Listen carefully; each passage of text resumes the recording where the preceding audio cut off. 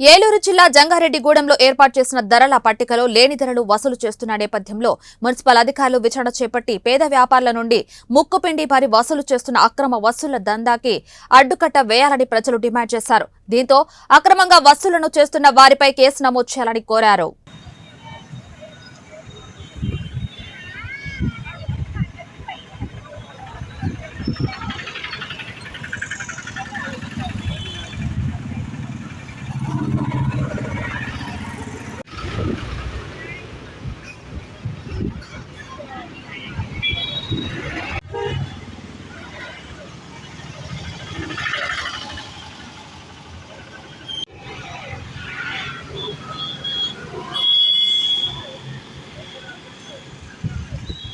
అది దొంగ రసీదులు నాకు ముందు అర్థమైందన్న.